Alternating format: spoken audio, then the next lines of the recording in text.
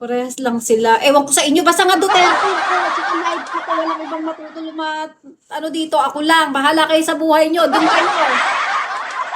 Kung kay Marcos kayo, alis kayo dito. Ayoko doon, pangit yun, adik yun. Nakatawag silang adik. Kaya kong patunayan na adik yun. Kasi, basta. Hmm. Diyos ko, ano ba? Ewan ko sa inyo, bahala kayo sa buhay mo. Nanggigigil ako sa inyo. Alam mo, dati, ay nako, ayoko na magsalita. Ayoko talaga kayo, Marcos. Wala namang alam yun, bobo yun. Kaya nga eh, Diyos ko, puro kayo ganyan, si Duterte, bunang kayo sa Pilipinas. Anong pruweba nyo? Puro kayo ganun, bahala kayo, corruption, yumaman yun, mag-asawa 20. Kaya nga, ewan ko sa inyo. Kanya-kanya tayong opinion, mga ganon. Magsalita ka, Chanel. Nagsasalita ako. Tingin mo ba hindi? About ka Bongbong Marcos, ano daw yun? Stop na guys sa topic. Bakit ng kanya-kanyang ano tayo, kaya ang dami ng ano sa akin ng babash. I don't care. Kanya-kanya tayong ano. Ipit tayong ganyan. Si Chunli.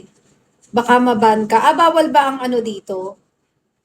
Bawal ang politika. Basta ako, pagka hindi tayo, kaya yung ex ko, nagkakasundo kami nun, parehas kami ng gusto.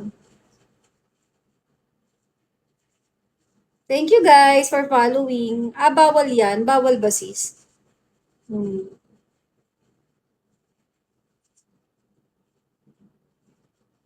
2017 na tapos mo siyang check mo sa Google mo. Kira! Insan Kira, kamusta?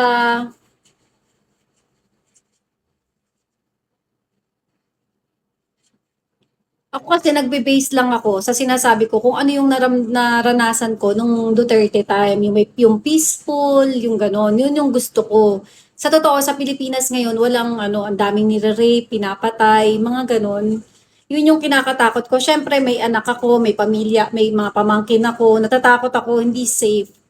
Yun lang, wala na akong pakialam. Yun lang naman ako, yun lang binabase ko. Kung nagnakaw man siya, at least ginawa niya ng maayos yung trabaho niya. Yun lang, wala na akong pakialam. Magnakaw ka, nakawin mo lahat ng gusto mo, gawin mo, trabaho mo. Mga ganun.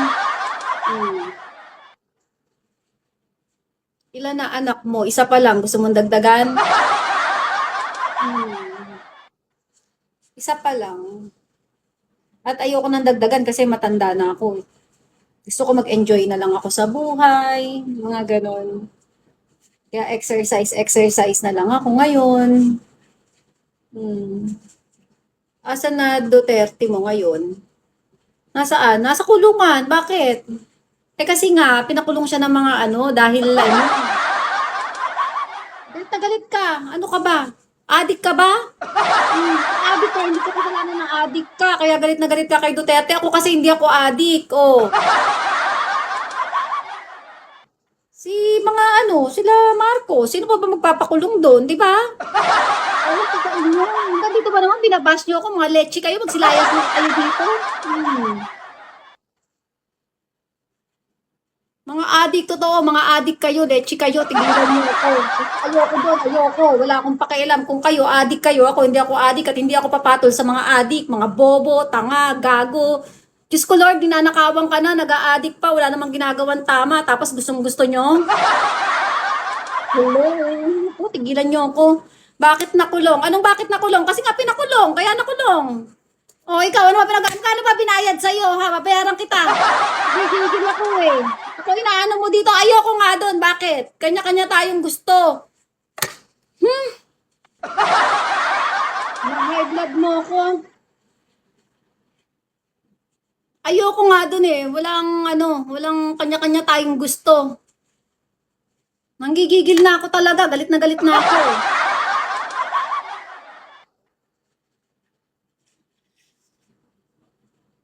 Pinapawisan yung kilikili ko sa'yo. Di pa ako maalis. Ano ba yan? Pag nagagalit ako eh.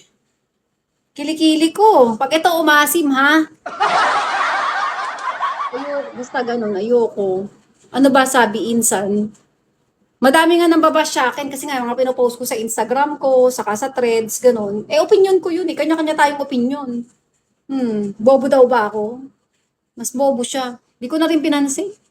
Wala mo na akong mapapala. At saka social media ko yun, karapatan ko kung anong gusto kong ipagpo-post doon. O, di ba? Hmm, Wala kayo. Kung ayaw nyo sa akin, ayaw ko rin sa inyo, period. Ganun. Kaya nga eh. Bahala siya dyan. Siguro, alam mo kasi, yung iba kasi pinatay yung pamilya nila dahil mga adik. Ayaw nyo ba yun? Binawasan lang naman ng adik. Kayo naman, nagagalit agad. Hmm. Vicenzo. Ah, basta ako kasi, bakit ka kasi magda-drugs? Bobo lang magda-drugs. Hmm. Ano ka na lang, siguro better magbabae ka na lang kaysa mag-drugs ka, ganun. Chanel, sagutin mo nga ako, sino nagpapasikat kay Duterte? Anong sino nagpapasikat kay Duterte? Ewan ko sa inyo. Ewan ko sa'yo, isa ka pa forever eh, no? May, Aaron, kapangalan mo yung anak ko.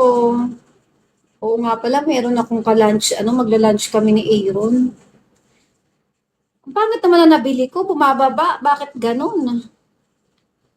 Kanya na nga lang natin, nakita niyo yung malakpon tiyan. Bahala ka, Chanel. Anong bahala ako?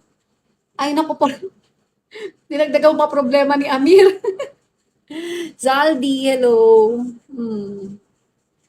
Mababa yung binili kong leggings. Hmm.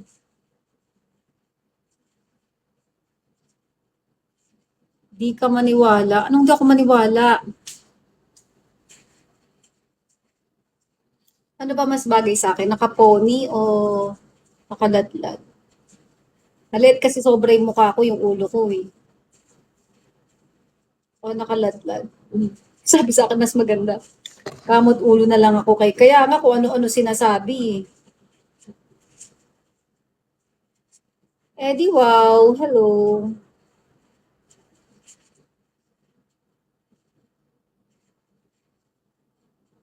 Okay naman. Okay, sig mamaya pagka shot call na utol boss.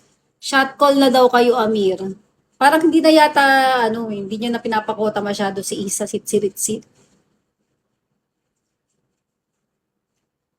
Gcash na lang daw. Parang ako hindi. Si Sitsiritsit sabi niya, gusto mo daw ba mag-shot call? Direct na daw siya doon.